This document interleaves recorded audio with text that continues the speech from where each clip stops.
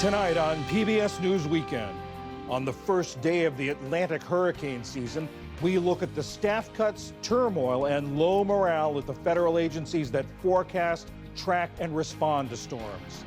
Then a new study says the risk of cancer from CT scans may be higher than previously known.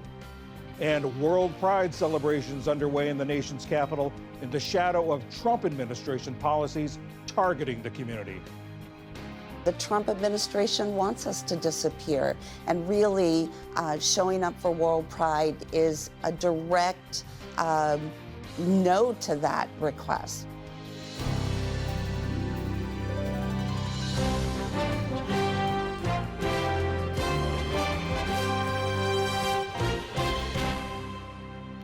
Major funding for PBS News Weekend has been provided by... In 1995, two friends set out to make wireless coverage accessible to all. With no long-term contracts, nationwide coverage, and 100% U.S.-based customer support. Consumer Cellular. Freedom calls.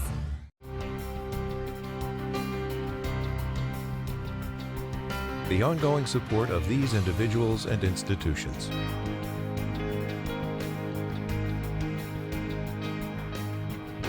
And friends of the NewsHour.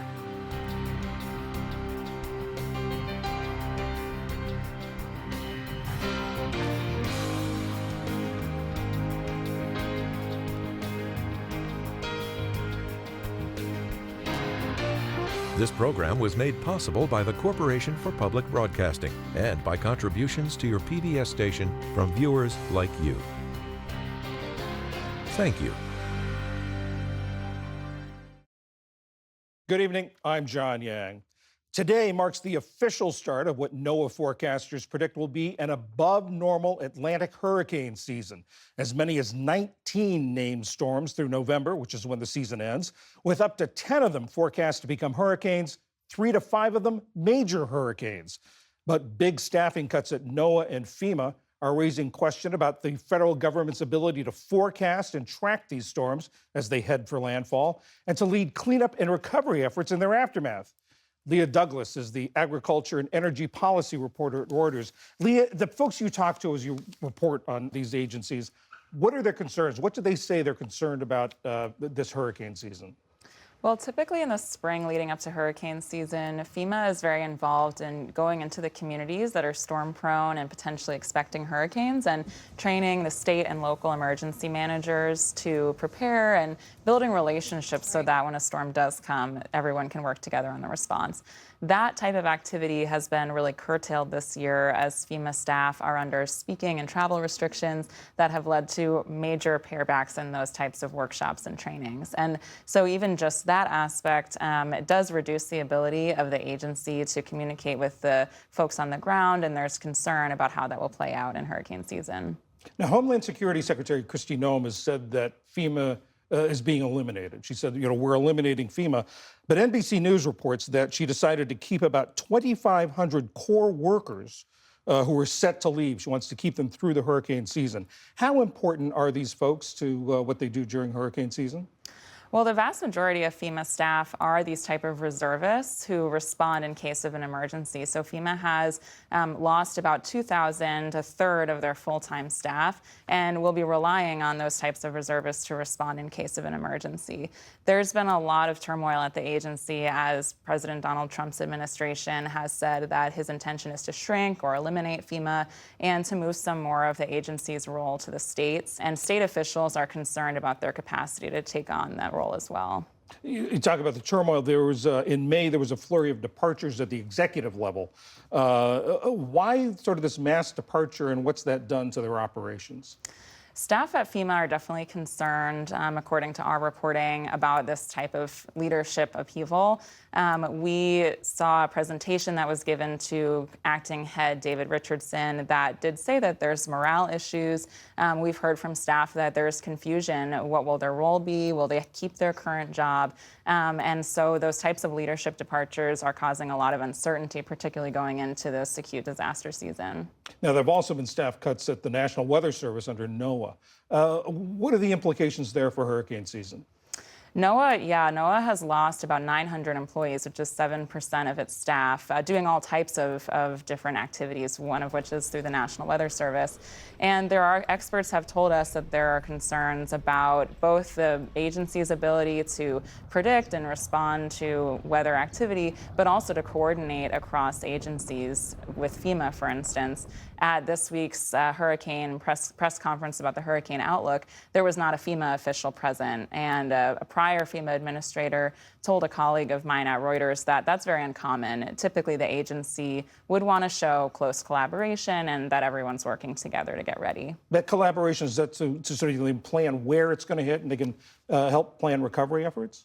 Sure, and to make sure that the agencies understand what the capacity is, and just to show that, you know, the different parts of the government are operating and working together. FEMA has told us that they are prepared for this year's hurricane season and that they have adequate staff resources to respond. Leah Douglas of Reuters, thank you very much. Thanks for having me. In tonight's other news, in Gaza, officials there say more than 20 Palestinians were killed and over 150 injured as they went to get food. But there's a dispute over who did the shooting. The Israeli military denied that their forces were involved and blamed masked gunmen. But multiple witnesses said they saw Israeli forces firing on crowds near the aid site. Relatives of the victims gathered at a nearby hospital. He went to get his livelihood. He left home at 11 o'clock, sleeping near there. He went to get his food. They shot him. He was not carrying weapons or knives or anything. He went to get food for his children. He has 8 family members. Hunger killed people. All people are hungry, not just one person. We are all hungry. None of the houses has flour. They told us to go get food. Why are they killing us? Why? Why are they killing innocent people? Isn't it unfair? The aid side is a new one, part of Israel's controversial overhaul of distribution in Gaza, intended to prevent looting by Hamas. The plan replaced the United Nations and international groups with a smaller number of sites run by largely U.S. security contractors. After a 2-month Israeli blockade, huge crowds of Gazans desperate for food have flocked to the new sites. The foundation running the site said the distribution went smoothly and accused Hamas of fabricating fake reports.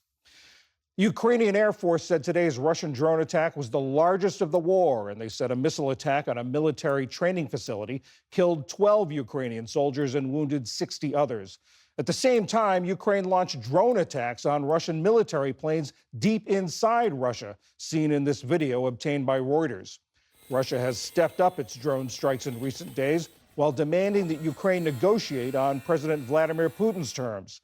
Ukrainian President Volodymyr Zelensky said today he'll send a delegation to Istanbul on Monday for a new round of direct talks with Russia. In today's Polish presidential runoff election, voters are choosing between 2 candidates representing starkly different paths forward. Warsaw Mayor Rafał Trzaskowski is a liberal pro-European. He's promised to restore judicial independence, ease abortion restrictions, and foster ties with European partners. Karol Nawrocki is a conservative historian backed by the right-wing Law and Justice Party. He's skeptical of the European Union and is backed by prominent allies of President Trump. An exit poll tonight shows the race too close to call. Final results are expected tomorrow. Paris is celebrating a home team victory in Europe's biggest soccer tournament. Tens of thousands of fans lined the Champs-Élysées to welcome home Paris Saint-Germain's players. The team beat Inter Milan 5-0 on Saturday to win their first title. It's the biggest winning margin ever in a Champions League final. The nationwide celebrations have been marred by violence. 2 fans died, and a police officer is in a coma. And the next 2 nights offer a chance for many Americans to see the Northern Lights. The Space Weather Prediction Center says a severe geomagnetic storm hitting Earth overnight tonight has the potential of making the Northern Lights visible as far south as Alabama and Northern California. But it could also disrupt electronic devices. The solar storm isn't expected to be as strong as the one that hit Earth last year. That one set skies aglow around the world. Another smaller storm is expected on Monday or Tuesday. Still to come on PBS News Weekend, the connection between radiation from CT scans and the risk of developing cancer. And World Pride celebrations in the nation's capital bring a mix of joy and anxiety. This is PBS News Weekend from the David M. Rubenstein studio at WETA in Washington, home of the PBS NewsHour, weeknights on PBS. CT scans are quick, painless, non-invasive tests that can identify everything from brain tumors to injuries from an accident. Now, a new study published in the journal JAMA Internal Medicine shows a link between the radiation exposure from the imaging tool and cancer. The research projects that the 93 million CT scans performed in 2023 would result in nearly 103,000 future cancer cases. Ali Rogan spoke to Dr. Rebecca Smith-Bindman. She's a professor at the University of California, San Francisco, and the study's lead author. Dr. Smith-Bindman, thank you so much for joining us. First of all, many of us are familiar with CT scans, but let's just establish first, what are they used for and how do they work? So computed tomography scans are really an essential and frequently used tool in modern medicine. And basically they're obtaining X-rays in a very detailed way around your body to get detailed information about all different organs. And they're used across almost every area of diagnosis, be it for cancer or trauma or chronic diseases. It's really a very important test. And with that said, what did your study find? Well, I started by saying CT scanning is really important, but the use of CT scanning continues to rise, and particularly for scans that really don't have clear clinical justification. And one of the risks for CT scanning is that it exposes patients to ionizing radiation, and that's known to increase the risk of cancer. So our study aimed to quantify how many future cancers could result from CT scans used in 2023. So we basically used accurate information about who's getting scans, what kind of scans, what the doses are for those scans. That's a really important part of the cancer projections. And we estimate that CTs performed in 2023 will result in approximately 103,000 future cancers in the US population. And that, if you put that into context, will end up being about 5% of cancer in the United States, resulting from CT scans if we continue to use the same number of scans and the doses continue. So why is it that doctors have been relying more on CT scans in recent years than they did in the past? First, it's a really easy test to perform, and it's available basically 24/7 almost anywhere in the country. So it's readily available. It gives you information very quickly. Some scans take much longer. CT scans are really fast. Scanning with CT has gone up dramatically over the last few years, and part of that, I think, is because physicians have become so busy and the time with patients so limited. Sometimes patients have a CT scan before they even see the healthcare provider. That's a way to sort of enhance that visit. I also think that patients really ask for scans a lot. There's the perception that CT scanning is harmless, so let's get a test and then I'll really find out what's going on without appreciating that there's this potential harm. You yourself are steeped in radiology. What are the criteria that you employ to figure out whether a CT scan is really necessary or there are alternatives available?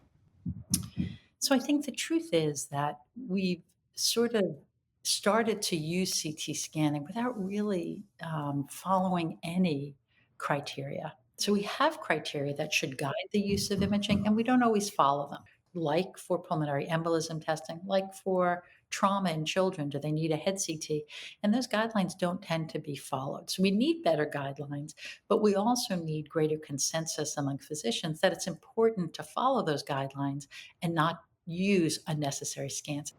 I want to ask you two questions that I think people watching this who maybe have recently had a CT scan or are potentially facing one in the future might be thinking about. First of all, if someone's had a CT scan recently, should they be worried? How would you address those concerns?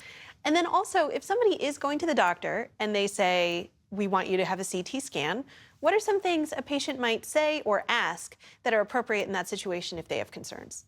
In terms of patients being concerned about their risk of cancer, for an individual patient, the risk of getting cancer from the CT scan is very low. 1 in 1,000 or that kind of magnitude. It's just that we do so many of these scans that those risks add up, and that's what contributes to the cancer at the population level. So there's nothing you can do about past risk. You can try to reduce your use of scanning going forward, which is a great segue to your next question. So partly, I advise patients to talk to your doctor about what the benefits and risks are of the scan. Is it likely to change their management, even if they find something? One of the reasons we do scanning is just to see what's going on. The patient who has a known disease, is inactive or not particularly changing, getting scans for that indication doesn't usually help change the course of that person's disease. And so to talk to your doctor about, is this scan likely to help me? And you want to ask your physicians to please use a scan type that uses less radiation dose. So not to do something called multiple phase scanning, where you're scanning the body multiple times, if that can be avoided. And when the patient goes to actually get the scan, to ask the technologist the same question: can you do that scan with lower dose? And we want physicians to really start to standardize that practice more than they have done thus far. Dr. Rebecca Smith-Beinman with the University of California, San Francisco. Thank you so much. Thanks so much for the invitation.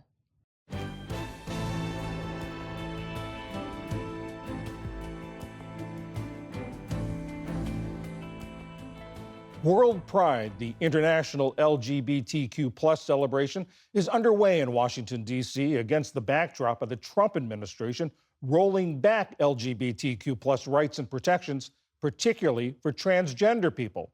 The co-creator of the ACLU's Freedom to Be campaign, which advocates for trans people's rights, says that makes the event all the more significant. There's nothing that Donald Trump has done or can do to LGBT people that we have not faced before. We have to show up for one another and show that, no, the power actually lives with us, the people. And if, he wants us sitting in our homes, scrolling on our phones, terrified of what will come next, I think what's important for us to do is remember that courage is contagious. But President Trump's anti-DEI policies have led some corporate sponsors to drop out, and some foreign transgender groups have canceled their participation. June Crenshaw is the deputy director of the Capital Pride Alliance, the Washington, D.C. group hosting World Pride. June, when Washington was selected to be the host city for World Pride, as I understand it, the idea was it'll be a celebration of the 50th anniversary of D.C. Pride, the Washington, D.C. Pride event. With what's happened with the second Trump administration, has the emphasis and maybe the tone changed? We certainly expected for World Pride to be a different celebration. And since the Trump administration, we've had to pivot and really go back to our roots when prides were protests, and to really shift to an advocacy type of approach, but not forgetting the fact that we needed to build unity and community and also experience joy. We weren't prepared for the swiftness of these real horrific actions towards members of our community, and really are having to adjust to the new circumstances. And again, Washington, D.C. is a perfect place for this, because it's a place where resistance occurs, activism occurs, but also progress. Some people who were planning to come from foreign countries, sort of outsiders looking in, have expressed concern about personal safety, particularly transgender people. 3 European nations have issued travel advisories. The Canadian LGBTQ+ rights group Eagle Canada canceled its participation. We have a bit of tape here from a member of Toronto's Club for Trans and Binary Swimmers. Let's take a listen. Can my team's rights be respected? Are we going to be arrested just for existing? Are we going to be assaulted and have the authorities defend us instead of the attacker? Those are all questions we couldn't definitively say yes to, so we had to say, no, we can't come. What do you say to people who have those feelings? Those are really legitimate concerns, And we certainly don't want to minimize anyone's safety. We are asking individuals to consider their safety and their entire circumstances when making a decision to attend. But for those members of our community that can show up, we're asking you to show up. It is so important for us to have unity and visibility and resistance in this moment. The Trump administration wants us to disappear, and really showing up for World Pride is a direct no to that request. A number of longtime corporate sponsors have pulled out, citing the administration's orders on DEI. Booz Allen Hamilton, Deloitte, Comcast. How have you been affected by that? We've been impacted by that, just as many prides across the nation and even globally. I would say that we've seen probably a 20% reduction in our corporate sponsors than years past. And it's hard to tell the most vulnerable members of our community to be visible, to resist, when corporations that have resources and power are not finding avenues to do that. So it's disappointing, but it sets us back to our roots of, really looking to the community and not brands to advocate for us. There have been many organizations that have continued to support and to stand with us, and we have a long memory of who those individuals are. To be sure, there are celebratory events. There will be a parade. There'll be a street festival. What's the overall message you hope comes out of this event? That we are a strong, resilient group, that we've navigated this before, that there's opportunities for us, again, to show unity, to come together, to develop an agenda of fighting back, that should be strategies around protecting the most vulnerable members of our community that are losing rights, the ability to serve in the military, and a whole sundry of other things that are happening. We are here, we're not going anywhere, and we need to come together and fight back all the horrific laws and the ways in which our community is being targeted. June Crenshaw, thank you very much. Thank you.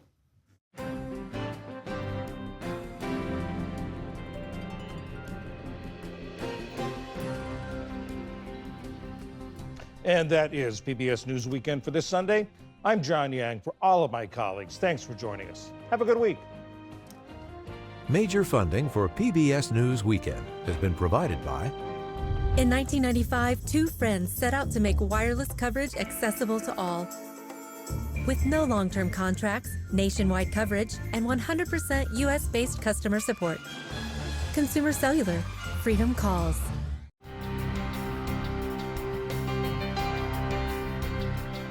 The ongoing support of these individuals and institutions.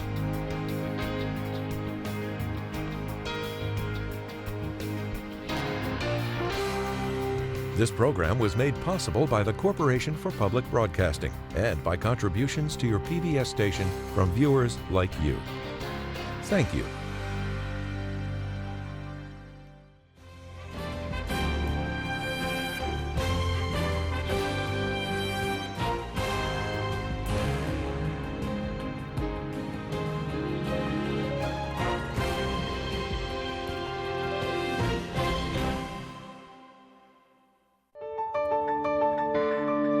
You're watching PBS.